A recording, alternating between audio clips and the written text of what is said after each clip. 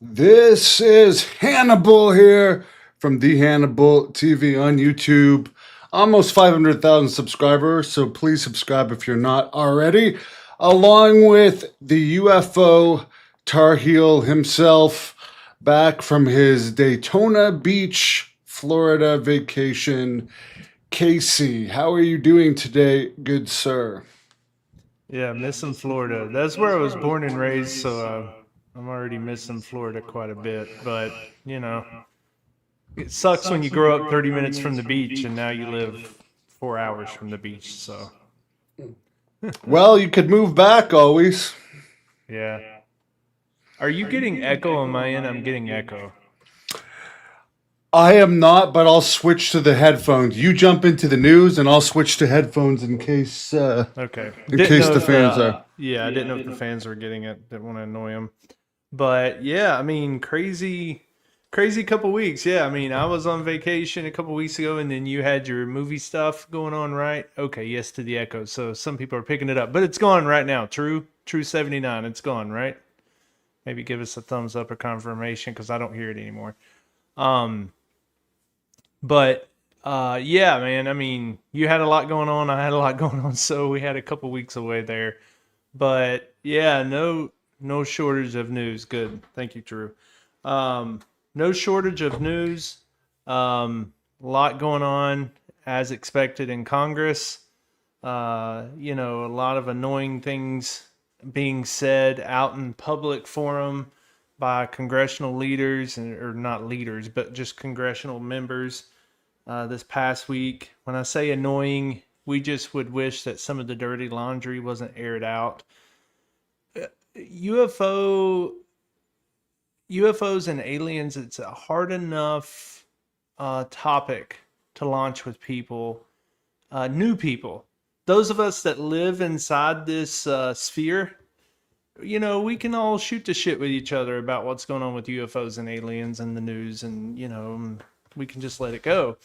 But it's hard to evangelize ufology whenever you have congressional members calling out whistleblowers, saying they have a skiff flu. Acronym for those not following along. Skiff is SCIF. It's like I don't even know what it stands for, other than it's a secured, compartmentalized information facility. I don't know if I'm getting the acronym right, but it's a secure zone where you can go and share classified information. And they set that up somewhere on the hills, somewhere in Washington, and they can bring people into that room, and it's pretty much a lockbox, right, of information where you can walk in there, spill the beans, and, it's not going to leak out of that particular facility. So we've had members of Congress say that people have the skiff flu, where they schedule people to come into these thank you, Gene. Secured compartmentalized information facility. I was close, or sensitive. But if people are going to come in and they have that scheduled and they don't, Representative Luna is saying that people are catching a skiff flu. And what she's intimating is that she's trying to make it sound like there's a nefarious reason why people aren't trying to come in. And, those people are saying, hey, you're calling me last minute and I already have things scheduled. And I've already come in before and you rescheduled on me. And then Representative Burleson speaks up and says, this is my fault. I've just not coordinated it well. It's just complete cluster.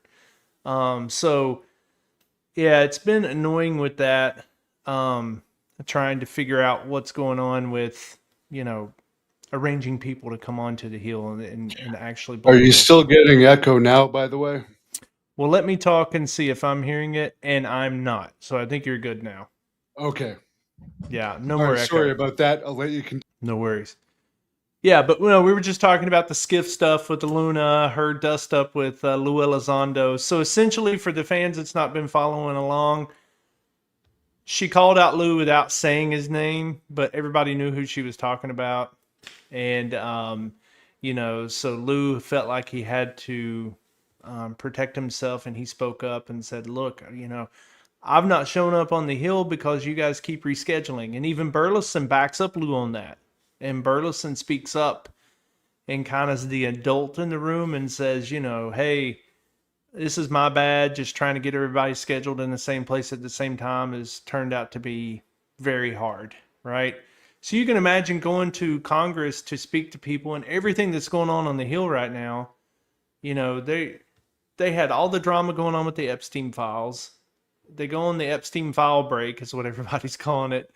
And, you know, and you're also trying to schedule skiffs, and they're doing their normal voting and their normal job. And I mean, so you can imagine how hard it is to schedule one of these things. So, anyways, so that's been, some top news, Can't you unfortunately. force people to do them, like actually subpoena them as if it Mhm. was like a court case? Because you would think it's important enough to do that.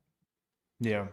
And she's saying yes. So Representative Luna, she's saying yes. I'll just start sending out the subpoena to bring these people in, since she's saying that she can have some bite to her bark.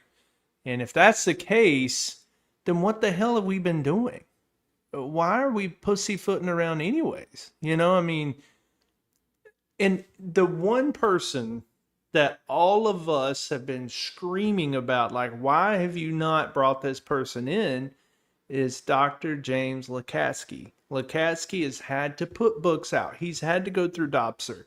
He's had to, and he went on Corbell and Knapp's podcast and said on Weaponized, yes, we have a craft in possession and we gained access to the inside of it. Okay? What the hell are we doing then? Where is he? Like, you know, he's easy enough to get on Jeremy Corbell's podcast. Why can't we get him in front of Congress and settle this in about 5 minutes? It's 2 questions. Did you say that, Dr. Lukatsky? We all know you did because it's public information. Second question, where's the craft and who gained access to the inside of it? Done. This is over. 5 minutes. Not even maybe 5 minutes, and this is complete. So, and they won't do it. They won't call a guy in. So it's like, then what the hell are we doing here? This is all just a dog and pony show. Like, it doesn't make sense. Like, let's just quit with bringing in these bullshit people that none of us even care what they have to say. Michael Schellenberger, who the hell cares what Schellenberger has to say? He's Yeah, just I agree.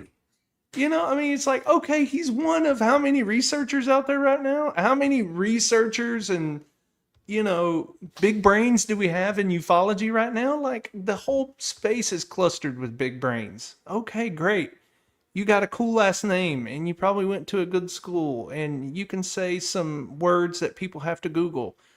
Fucking awesome. You know, but let's cut through the shit. I don't need to hear from that guy. It's like, let's get Jesse Michaels on the Hill. Well, Jesse Michaels is very smart and he sounds smart and he's very well spoken.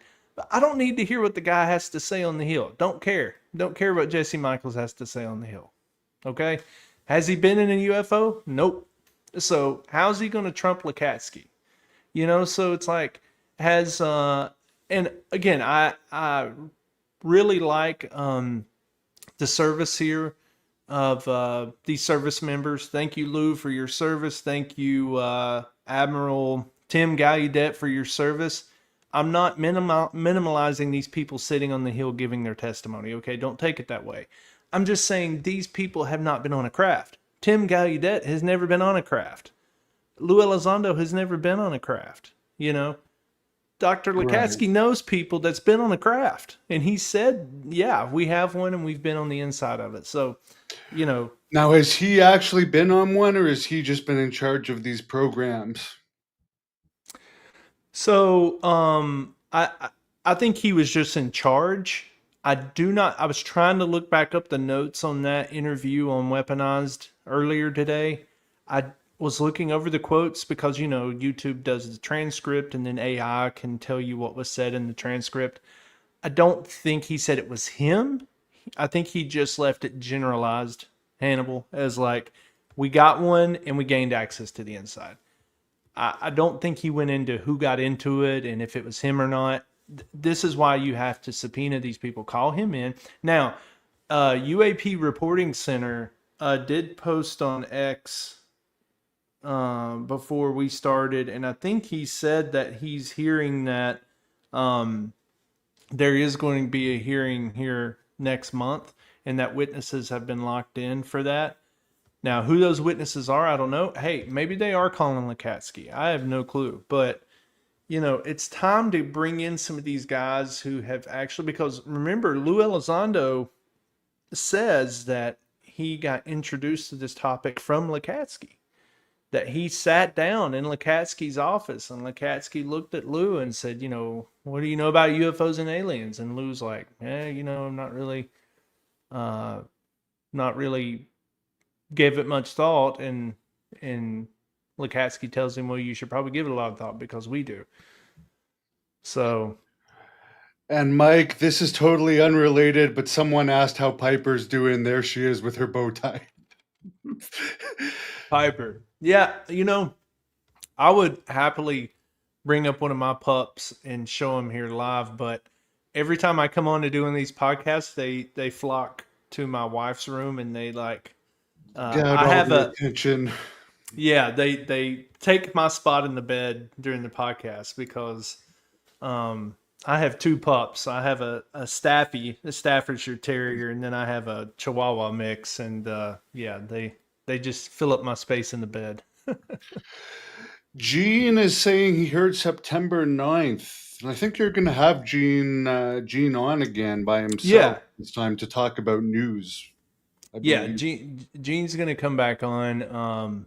It's only a matter of scheduling with him, and and share some more information. And if it is September, then or that early, be prepared for it to get moved a couple times, right? I mean, it's just going to happen. Those old ones last year and year before last, those get moved. So they're probably going to get moved a little bit, but I think we all want to know who are the witnesses. If we will know right away that this is more bullshit if it's another guy from NASA. If it's anybody from NASA other than Tim Taylor, then it's just bullshit. If it's another reporter, unless that reporter is really coming with some heat. Like, imagine if they called, and I know this isn't going to happen, but I'm just using the example here. Imagine if they called Coulthard, and they're like, Coulthard is going to tell us here in front of everybody, or at least he told us in a skiff, where this UFO that's so big they have a hard time concealing it is. Okay, then that would be interesting, but that's not going to happen either. So you're not going to, and they're not going to do it in a public setting. They would do that in a skiff. So no reporters. I don't want to hear about any Schellenbergers. I don't want to hear about any NASA people.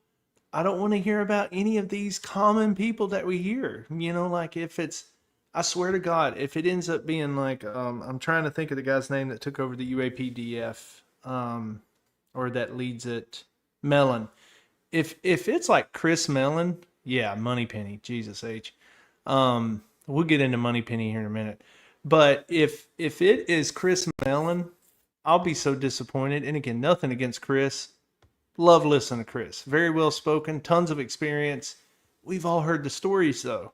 It's going to be just like calling Tim Gallaudet and calling Lou Elizondo. If they call Chris Mellon, we've already heard Chris Mellon give his presentation, and so is Congress. Remember, the UAPDF did that small session for Congress, the one where they had Eric Davis sit there and tell them about all these different alien species. And I think that's the one where Lou showed the infamous crop or the infamous irrigation circle UFO. And Chris Mellon spoke at a lot of that one. So we've already heard from Chris Mellon. We've already heard from these people. And if they call forward like a Jim Semivan, but Jim's retired, but Jim still dabbles in this space, but he's had interest in there, as part of the CIA. If they call in a Jim Semivan, okay, that could be interesting. Dr. Lakatsky, Colin Kelleher, some of these people, maybe even interested in someone like a Bigelow, because Bigelow ran a lot of the scientific research when it was trying to be done private in private setting. You don't have to bring Tim Taylor from NASA. You could bring Travis Taylor, the guy that's leading the stuff out on Skinwalker Ranch, and the reason why is because he was part of that UAP task force or whatever. And he had kept that hidden from the ranch members on Skinwalker Ranch. For those of you, are you watching that, by the way, Hannibal, the Skinwalker Ranch series that they're doing? Which one? Because there's been a few. Is there a new one I'm not aware of? It's the one that they had the recurring seasons where it's Oh, yeah. Brandon Fugels. Yeah, I've seen that. Okay. Well, Travis Taylor, he goes, what, 1 or 2 seasons, and he doesn't never tell them that he's on the UAP task force. Doesn't even tell them. And then he divulges that, and some of them on the cast are like, oh man, he was keeping that secret from us the whole time. So, but Travis Taylor could be an interesting one, But I'm just saying these are people who are both from a scientific perspective, also boots on the ground trying to do work. But I would be curious if it ends up being, somebody a little bit more in depth. Like a Jake Barber. That would be extremely interesting if they bring an actual operator in, not someone who's just going to talk about their experiments or their research from being second, third, fourth removed from the actual hands-on situation, but actually bring in, someone like an operator, someone who's been on the ground and actually seen these things and like had experiences. So I guess we'll see, but hopefully it's fruitful witnesses. Should be interesting. Yeah, I've only seen the ones that they've posted. Yeah, and we lost Hannibal again. Hannibal's having AV issues tonight, audio video issues. He's coming back though. Not sure what happened there. Yeah, I've only seen the YouTube ones because I'm too cheap to buy cable, but it's a pretty good series. Oh, I'm with you. It got ridiculous. Cable did there for a while, so I was like, I think I was paying for YouTube TV, and then I'll go like 9 months and nothing interests me, and I'm paying almost $100 a month for this like YouTube TV when it bumped up price. So I do the same thing. I'm like, I can't justify the cost for it anymore. Where do you stand on Elizondo now? Because I don't know if there's that many people that care to hear from him too much more at this point. I've kind of waxed and waned on Lou a little bit because like I've been a tough critic of Lou. We all have, to be honest with you, and you have to be. The guy showed an irrigation circle as a UFO, now if he had held that paper up during that hearing and said, I have not validated this could be nothing, but these are the kind of things that get reported to us. Okay. But that's not what happened. So it's hard to be just with Lou, but at the same time, I really feel like my personal thing is something's going on there as far as like how Luna is treating him. Because again, that's all because of Burleson. If Burleson wouldn't have spoken up and said, we're just having a scheduling snafu, that's all this is, nothing to see here, folks. But then you have Luna over here saying some pretty bad shit. And she's talking about Lou, even though she's being a little, I don't know. She's, for lack of a better term, she's just being a little messed up about it. About how she won't say Lou, but we all know who she's talking about based on how she's saying it. So let me give you an example. She said, I'm tired of these people just coming to sell their books. All right, come on, man. That's after Lou. I mean, she is hitting Lou right between the eyes. And she's pretty much trying to say that we have some non-serious people coming up with things and they're just here trying to sell us books. That's a direct dig at Lou. And we all know it is. So, and Lou was like, I don't know what she's talking about because like I'm talking to everybody on both from the Department of Defense. I'm talking to, yeah. Apparently he's made some new friends. Yeah. I mean, I'm a critic of him, but I kind of feel like, I'm with him on this one because Luna can get sensational sometimes. This gets over more the political side, which in respect of your channel, I won't go there, but she does get sensational. For those of us that cover politics as well, she can get a little zany. I'll just put it that way to be very nice. So I'm tempted, and then again, He's a Republican, right? yes, Again, I'm but Canadian, so I'm not all that close. But Burleson is a Republican too, and Okay. and he is speaking up and being the good guy and saying like this is just scheduling people. There is nothing nefarious going on here. But then on the other side, you have her going, "Oh, people are catching a skiff flu," and being kind of like an ass about it, and then being like, "People are just trying to sell their books." I don't know. I mean, it's just like, why would you pull that trigger? Think about that first and foremost. Why would you pull that trigger? Because when you pull that trigger and you start attacking whistleblowers, doesn't it seem like to you, Hannibal, like that would be the last lever you would pull in your frustration levers? Because when you pull Yeah. that lever, you're not going to be able to go back. Like, if you are truth seeking, then you need whistleblowers to help you truth seek. If you are truth seeking, and now you burn your bridge, your whistleblower bridge, you are dead in the water when it comes for truth seeking because we already know that Congress is neutered. We've already been told this. Deputy Director to Arrow, Tim Phillips, said that congressional leaders block people like Luna. You have to understand, Luna is not on up the chain in Congress, right? Neither is Tim Burchett. Neither is Representative Burleson. Neither is none of these people in the UAP task or in the UAP caucus.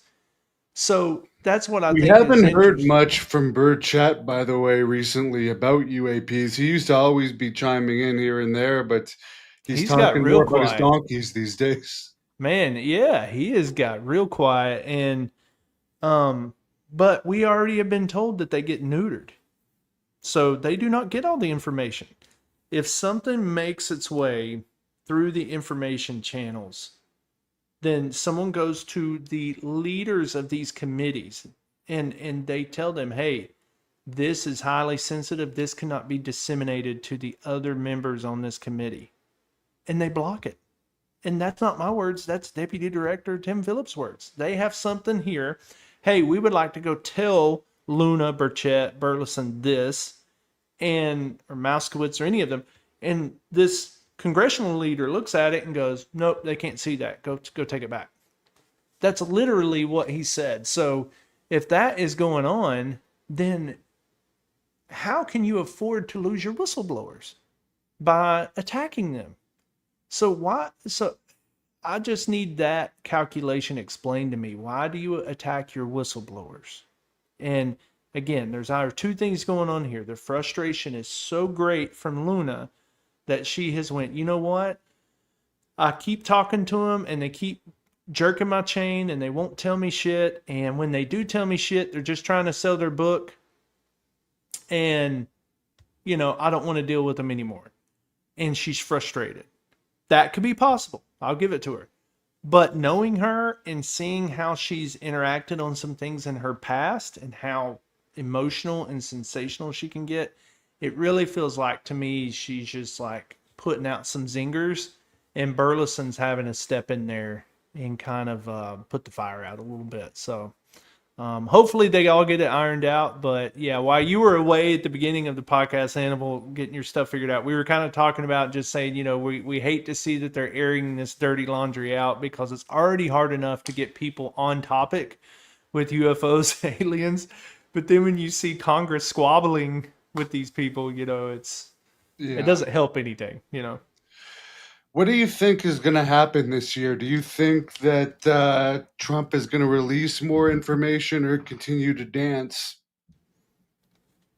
Yeah, he's been doing a lot to change the focus from the Epstein stuff, right? And whether he's innocent or guilty, we don't have to get into that again, out of respect for the politics of the channel. We may have Trump people that are listening to us right now. I'm sure we do. And we may have people that hate him. whether you want to say he's innocent or guilty of that, it does not change the fact that he wants to change the subject from that. Good or bad, right, wrong, indifferent.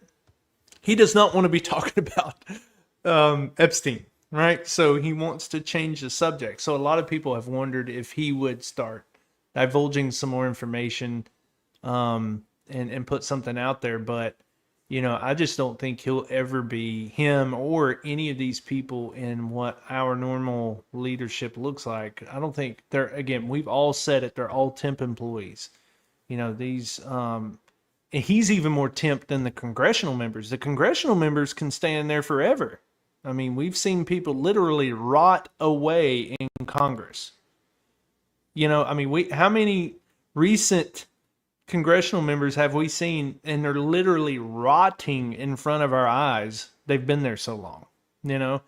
And so he is even more temp than they are.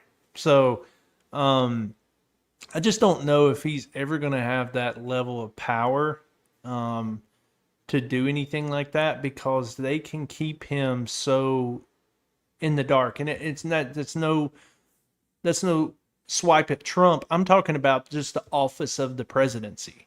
I don't care who you are, Barack Obama, Joe Biden, George Bush. I think they have set up a network to where they can keep that particular executive branch in the shade, and they just, you know, let you know what you need to know, and you know, this is a topic that will always be over your head, and we'll just give you enough just to let you know that, yeah, some things go on, some of it's us, some of it is things that we look into, and that's about all they tell them. So but yeah, somebody just said they all look like the crypt keeper, too much money. Yeah, I mean, and look, that's another problem. The money. I mean, can you ever trust Congress? I just posted this week something about how many millions of dollars are spent from the private defense contractors that make their way. Now, if I'm Lockheed Martin or Raytheon, I can't just go hand Tim Burchett money. That's not how it works. That's illegal. You can't just go and say, "Hey, Tim Burchett, I work with Lockheed, and here's $13 million." You know, everybody goes to jail. You know, Tim Burchett, Raytheon, Lockheed, everybody goes to jail if that happens. But they can contribute around. They can go through the super PACs. They can go through the money channel to funnel money into those, at least into the reelection funds and things like that. So the money gets there, and it does start out in private industry. And but we are hearing that, I don't know if you remember this, Hannibal, but they were trying to add on with the UAPDA, not the UAPDF, the Disclosure Fund, the UAPDA, the Disclosure Act. They're actually trying to add legislation on to one of the spending bills to, you know, fund all that UAP stuff again that we heard about like a year ago. And this would be things like eminent domain. But an interesting thing I heard, and credit Pavel for this on Seco Activo, his channel. I actually was listening to Pavel talk about this. Pavel is in the understanding that the eminent domain isn't just the things that our private contractors have. So I had been thinking eminent domain, which is true. Okay, Lockheed, you have a UFO. This was the UFO that Dr. Lakatsky and his team had. They told us you have it. They said it was in this hangar. You have to turn it over. It's now property of us through this eminent domain, through this Disclosure Act. But it's not just that. Apparently, it could be even stuff. Hannibal, you could be in the backyard and find a piece of something and make it known. Let's say you find your own Boogosphere.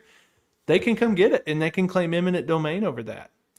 So, you know, I think that's wild when you think about that it's eminent domain over any of this anomalous material that they may want to have access to.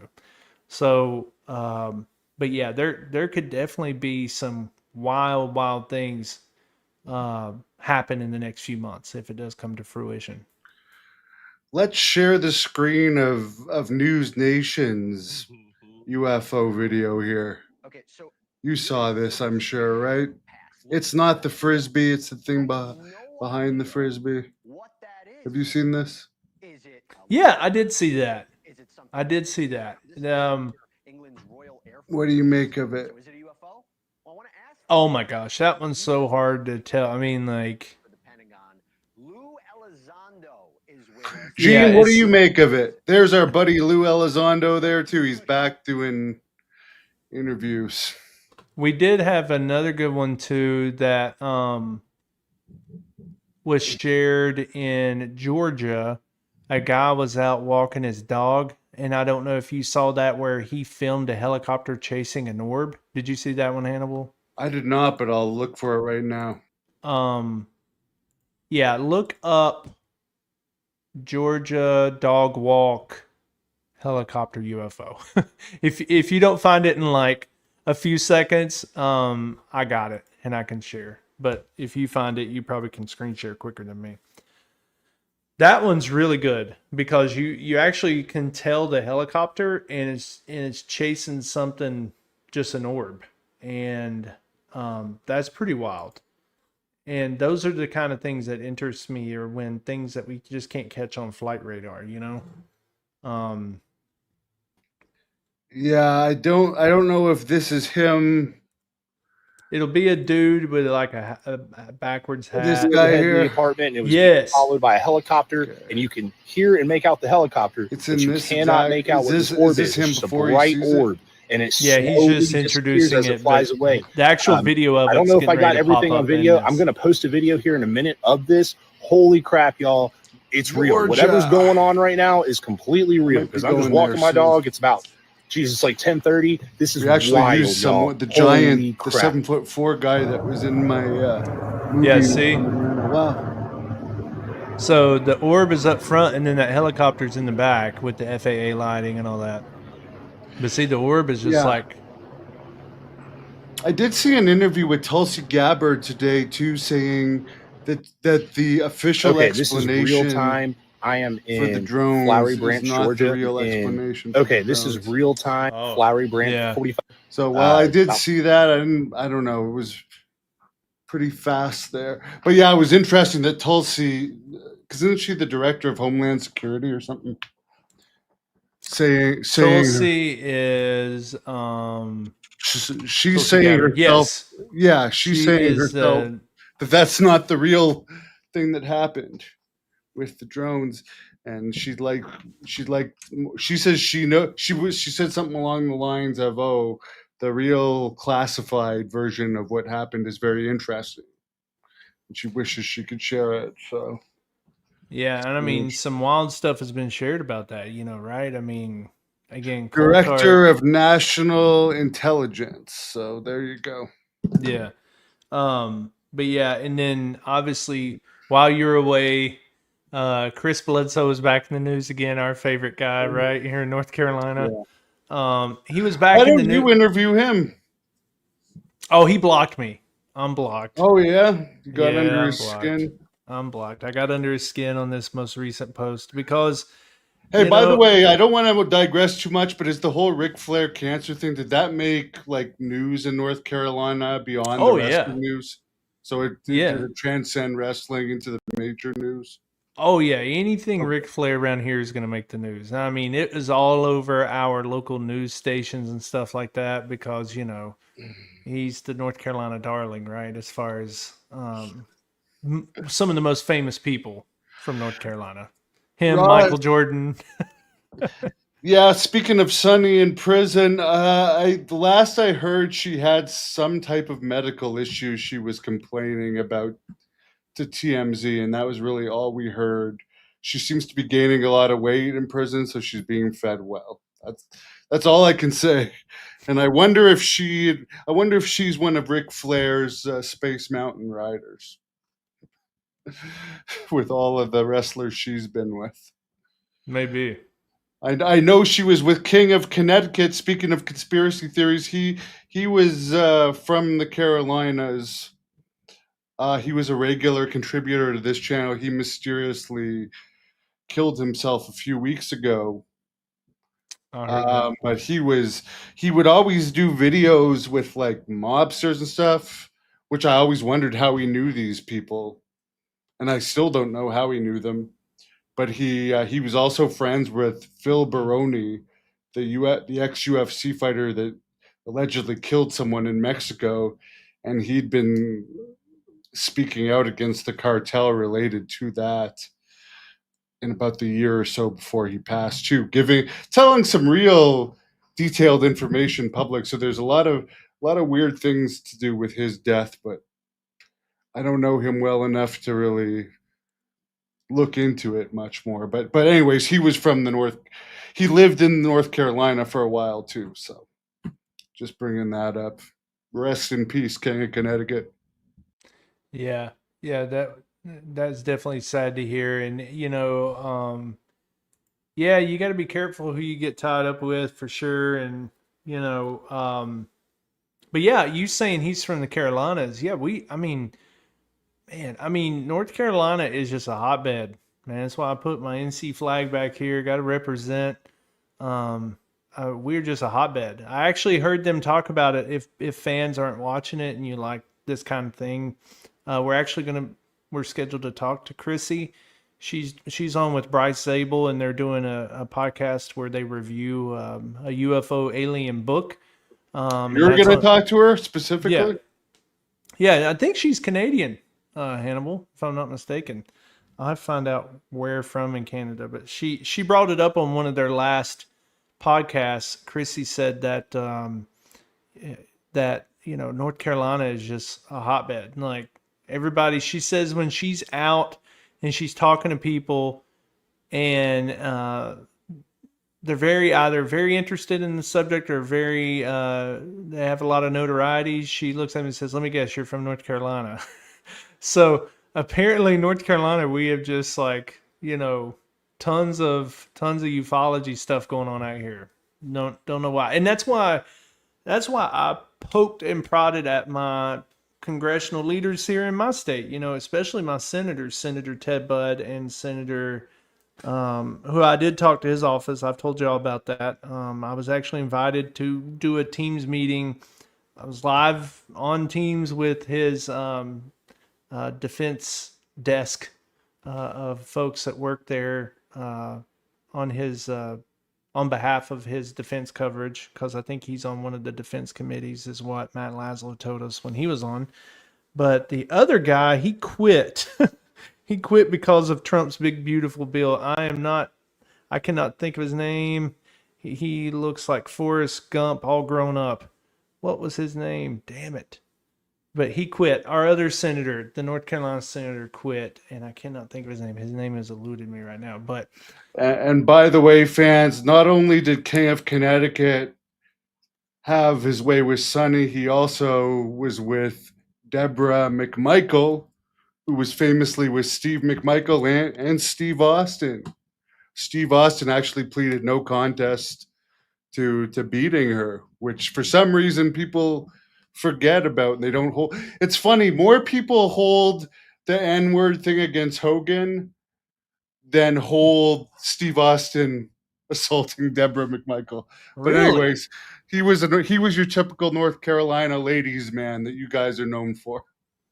yeah, maybe that's the connection with ufology. I don't know.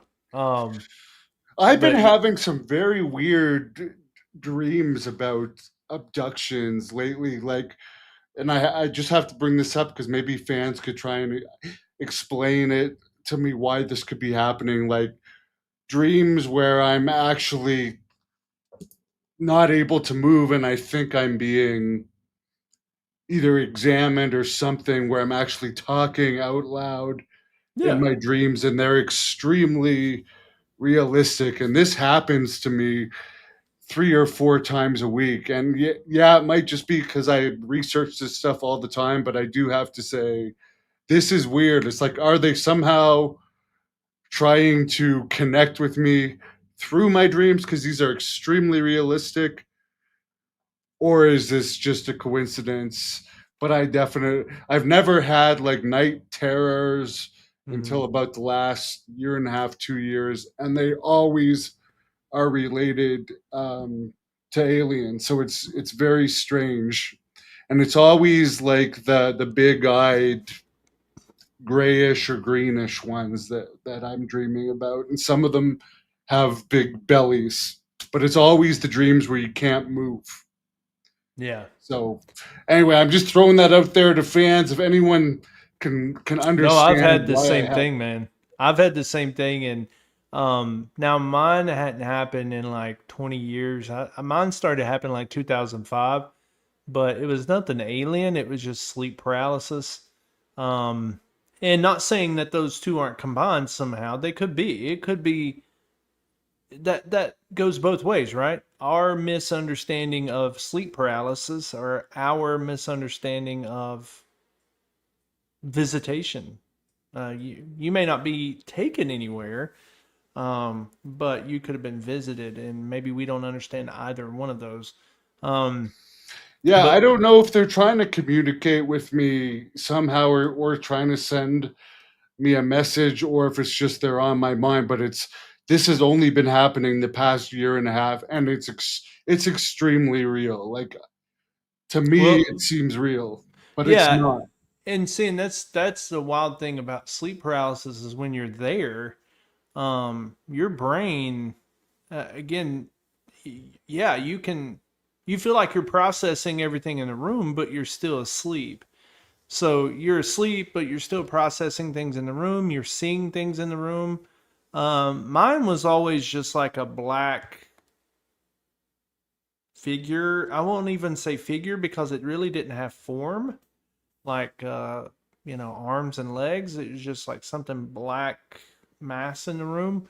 But that went away like 20 years ago. And then remember, I think I told y'all like a few podcasts ago that the one time I did try the meditation CE5 here at home, that night I did have sleep paralysis come back, and I actually did see what I understood as beings, but again, it was in a sleep paralysis state. So it's so hard to tell. Like, I don't think we understand how strong the mind can be and play images for us, fire or pull up images based on some, you know, something that we're influenced by. Like you just said, you research this a lot, so maybe that's what it pulls up, and your brain goes, oh, okay, he's trying to look at this. I'm going to pull up an image of an alien, since this is what Hannibal wants to look at, and he's in a frightful state. So I'm going to show him this, and your brain is like just trying to process and work through it with you. Or yeah, you're actually being visited by something. So I mean, you see what I'm saying? It's so hard to tell. But when I hear some of these stories where they go a step beyond, that's just where it's so hard for me just to understand how that process works. How you end up. Um, you even talk about some people that say they went somewhere. I woke up and I was in the woods. Well, is that sleepwalking? It's so hard to tell. And I don't want to be disrespectful to experiencers or people's stories, but at the same time, like, my logical mind goes, yeah, you had sleep paralysis and you have sleepwalk, or you're sleepwalking. And now I've never been able to sleepwalk that coherently to be able to walk down my stairs, go out the front door, and go walk out in the middle of the woods.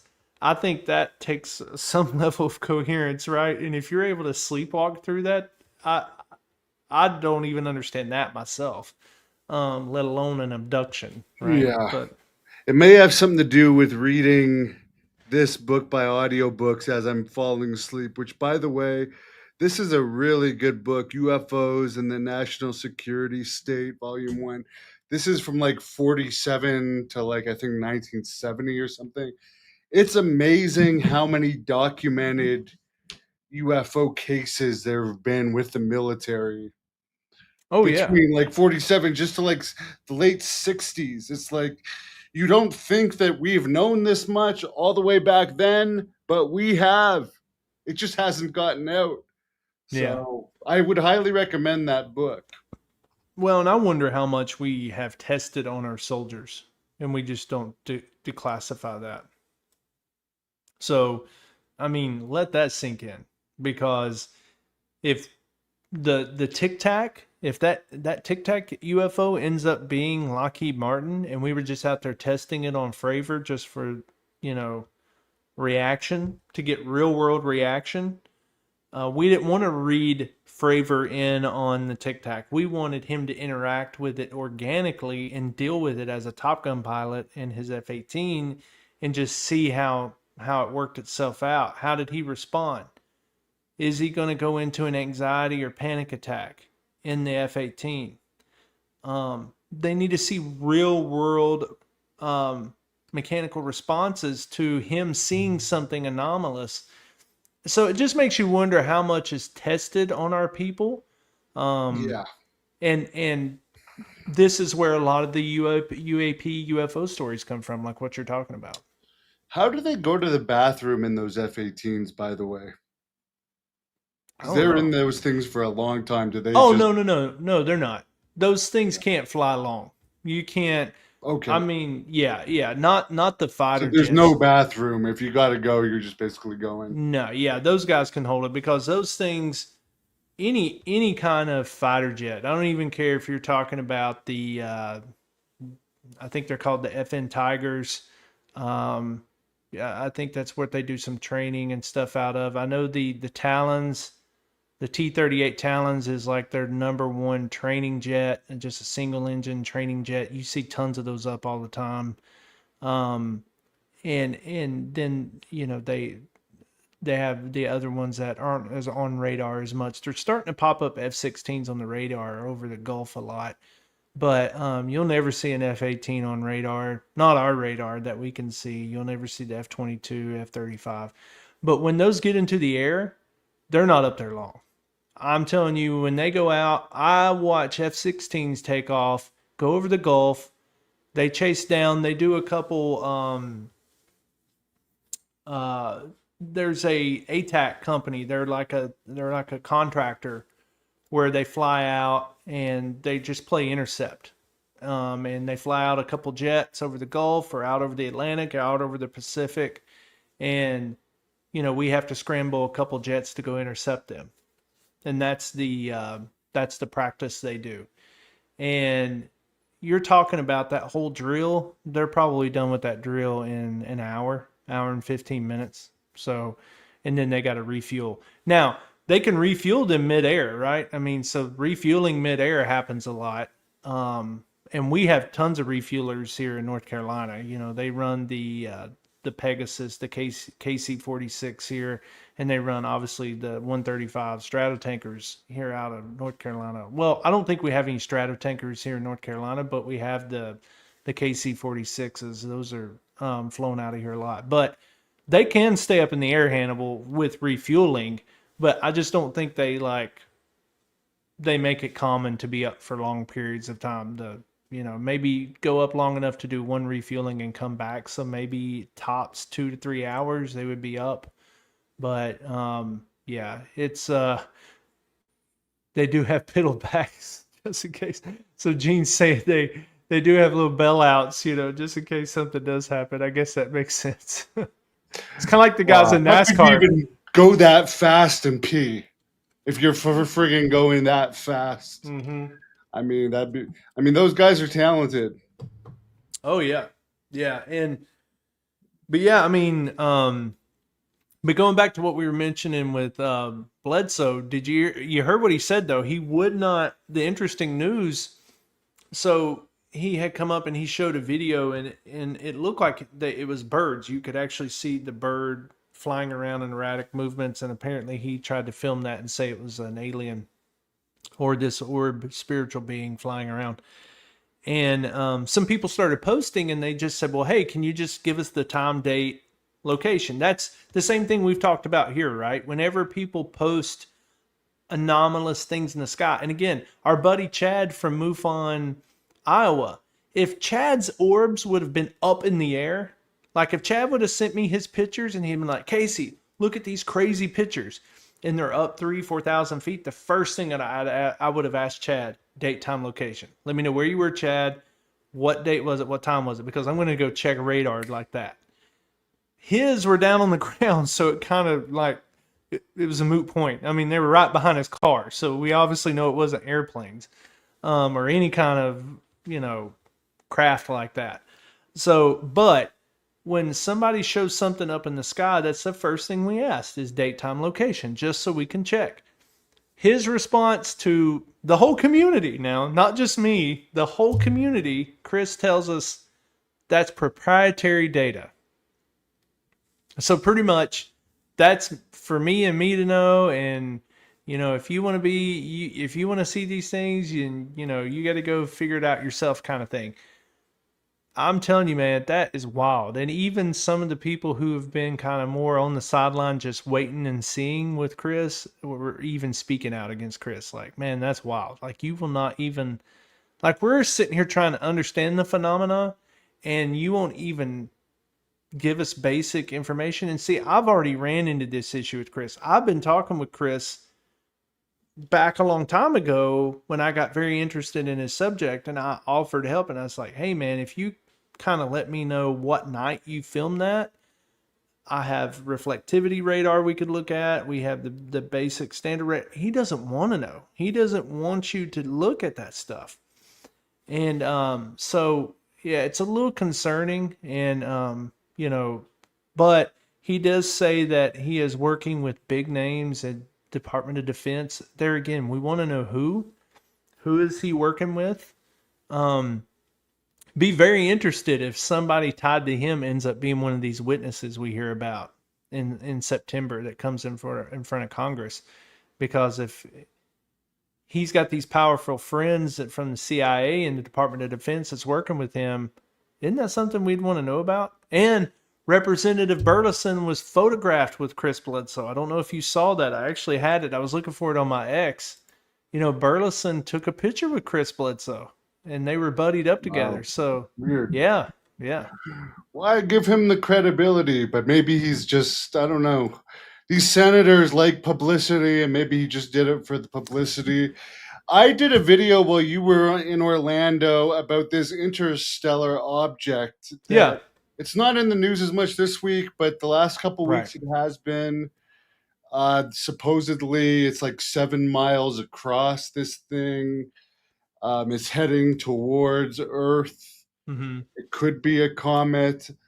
Avi Loeb is saying we're going to know more around the 29th. He said there's a 40% chance at this point that it could be an extraterrestrial craft, and we'll know more around October 29th when we'll be able to see the tail or not. What do you think about this object that apparently, speaking of what's her face, Anna Paulina Luna, apparently she's actually had a conversation with Avi about this object. Yeah, and we definitely got to touch on this before we close tonight, which is all these doomsday preppers. Tons of doomsday news coming out constantly. I mean, again, Bledsoe has his prophecy. I'm hearing that there's been some back channels between either Lou or Lou's attorney, Ivan Hanel or something, that's been back channeling with people, apparently telling folks to get ready or to prepare their families for some impending doom. I don't know what that's all about. I really don't know if it's tied to this thing. Now, this interstellar object, I mean, it is acting very comet-like, right? And that means that if it's got a bunch of, and let's just put this out in layman's terms, which you know I love to do, being a simpleton. If it's got a bunch of icy shit on it and it starts getting close to the sun, guess what that shit's going to start doing? It's going to start melting and it's going to form its tail. And that's exactly what it started to do. It started to act like a comet, right? And so as far as it stands right now, it's just a comet. I mean, there's nothing really special to see here unless that comet's supposed to hit us. So, you know, I don't know. So if the impending doom is not that it's an alien ship and they're prepping for war against us, then the thing's going to ram us. That could be another possibility, and it's just a big ass rock.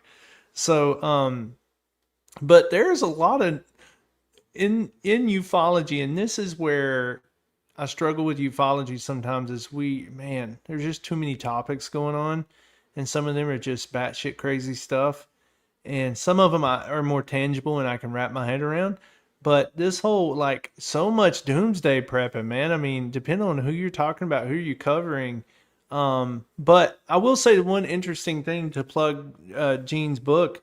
You know, one thing that Chernohayev talks about in the book is the rise and fall of, you know, different cultures and different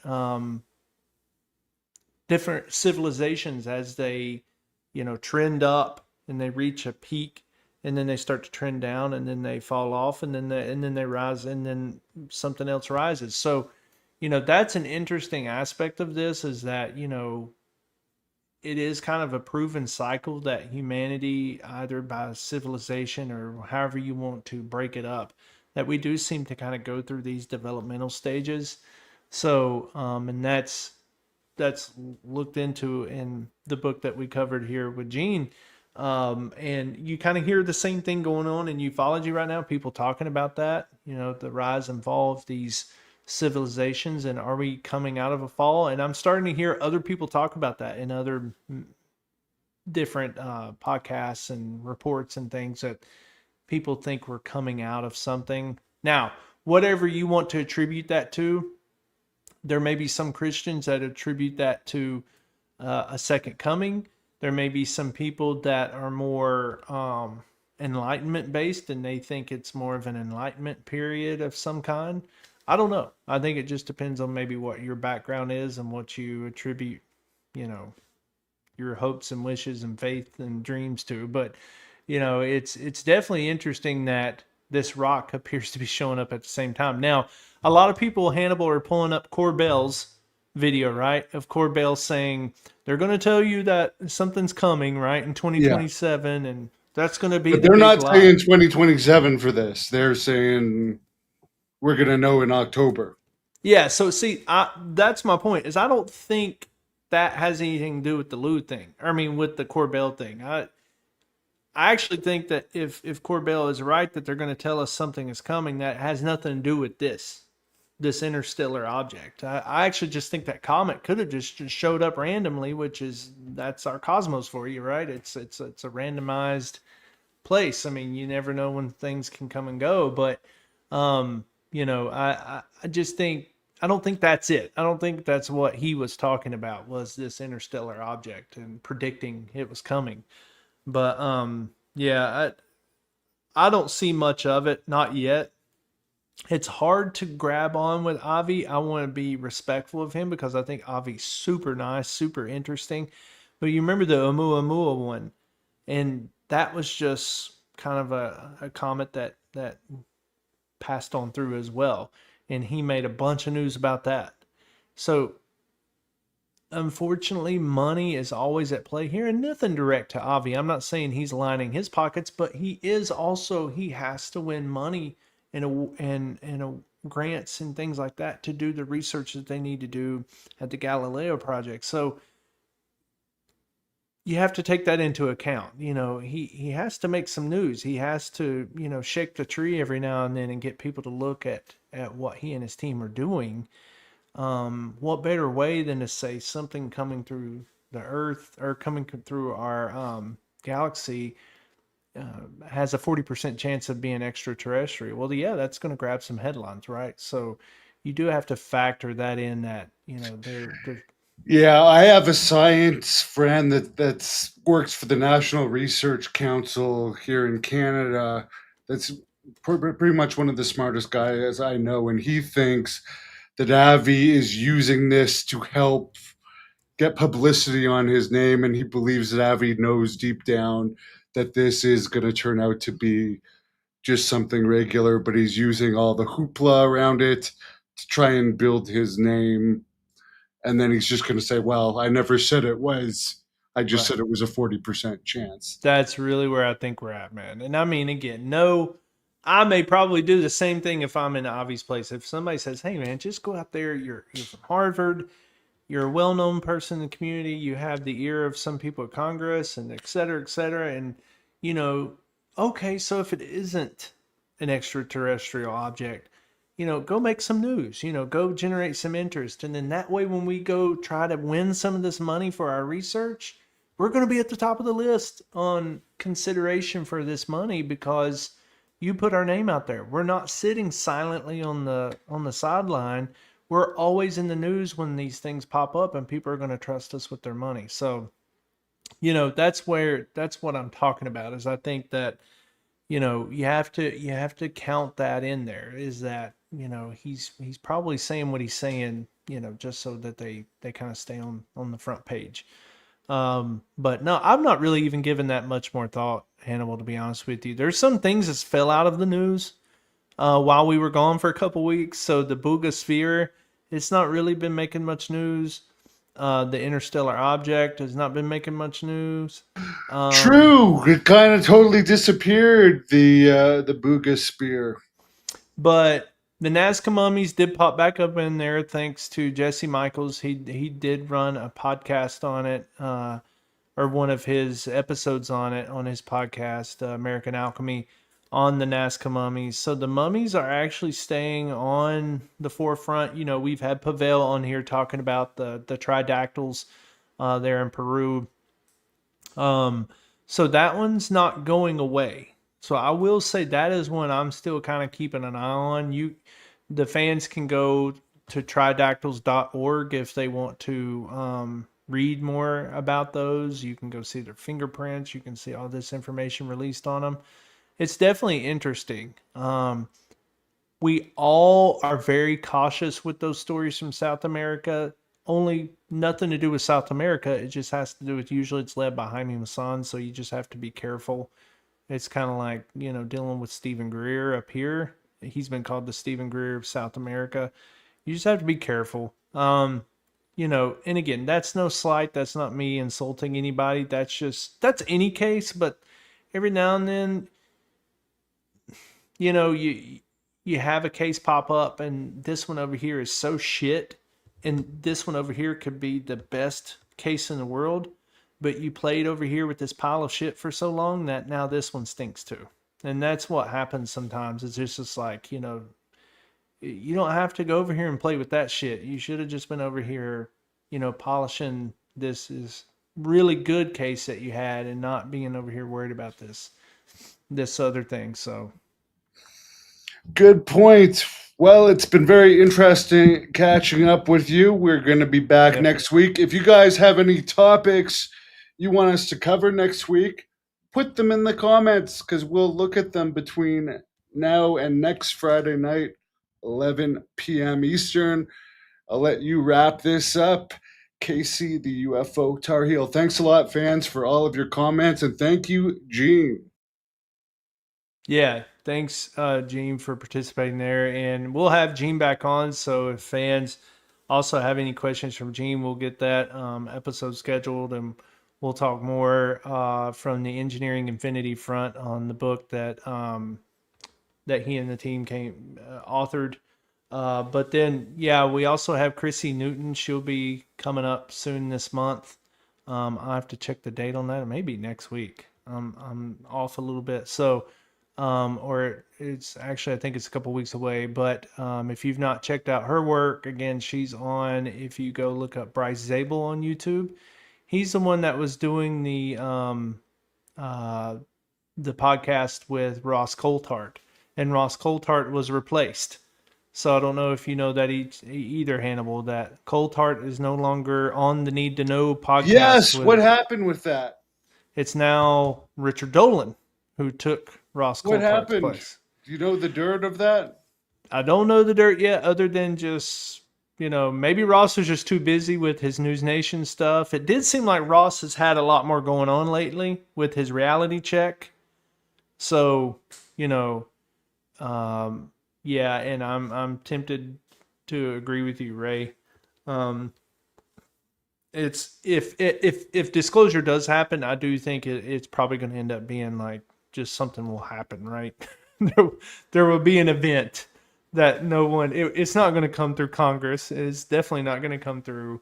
But some people have already said it's already happened. But anyways, but yeah. So Need to Know podcast. That's with Bryce Zabel. but he also does the one with the book review with Chrissy. Chrissy's the one who we're going to have on. And so Chrissy has a lot of connections, fans. So I'm telling you, she knows, she's friends with, oh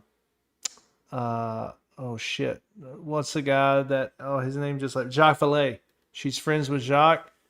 So I mean, she's got some good stories. She's definitely connected. She knows her stuff. So, yeah, but any questions that you have, I mean, either for Gene with his background, you know, CIA contract work, you know, Air Force work, and then Gene working on his book and stuff, and then Chrissy, obviously, with her background. Any questions that you might have, definitely post them here in the chat on this video or any of the upcoming ones, and, you know, we'll keep them plugged in and keep you tuned in for when they're coming up on their episodes as well. So thanks for all the support.